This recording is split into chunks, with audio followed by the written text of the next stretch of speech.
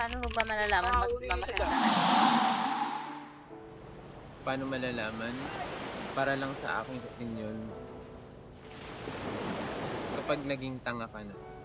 Kasi kapag naging tanga ka na, doon mo malalaman na nagmamahal ka na.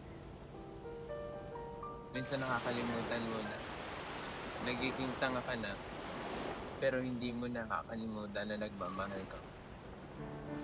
Yun lang yung opinion ko kapag naging tanga ka na. Kapag naging matig ka na sa sakit.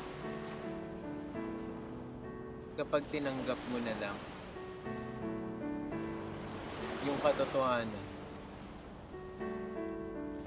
na paragi siyang nagkakaroon ng pagkakamali, pero nandiyan ka pa rin sa tabi niya. Yun yung pagiging tanga eh. Kasi kung matalino ka, kung hindi ka tanga,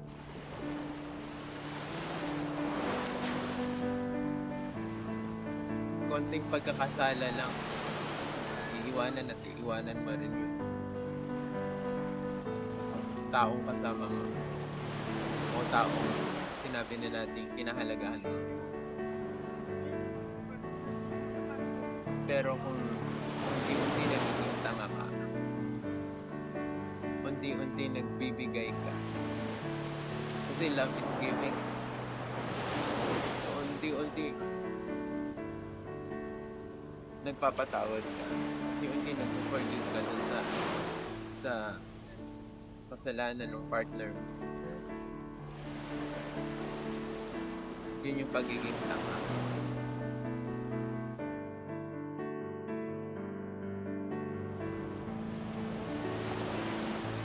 Masakit. Nakakaramdam ka ng sakit. Siyempre, masakit.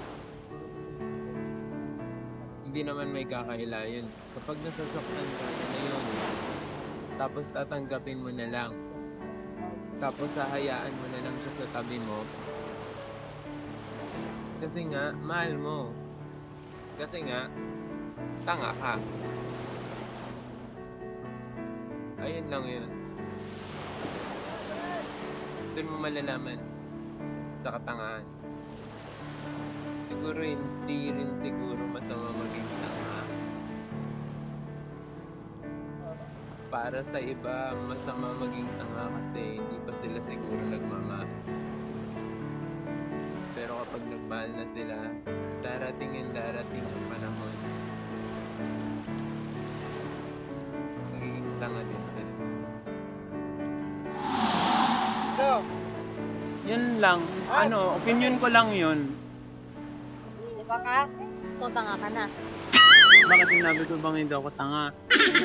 Ikaw, tanga ka rin, di ba? Tanga rin!